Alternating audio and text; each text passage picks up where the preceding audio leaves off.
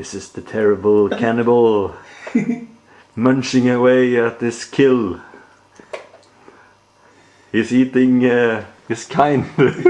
Chicken!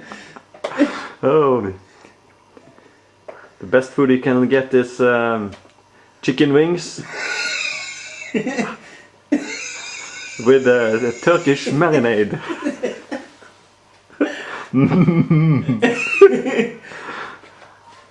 It's very bright. He likes chicken. Yes. Do you like chicken? Hello. Oh, yum yum yum yum. And here is his terrible owner. Ser sin egen art. He's eating a chicken. Yes. Chicken is the best food in the world.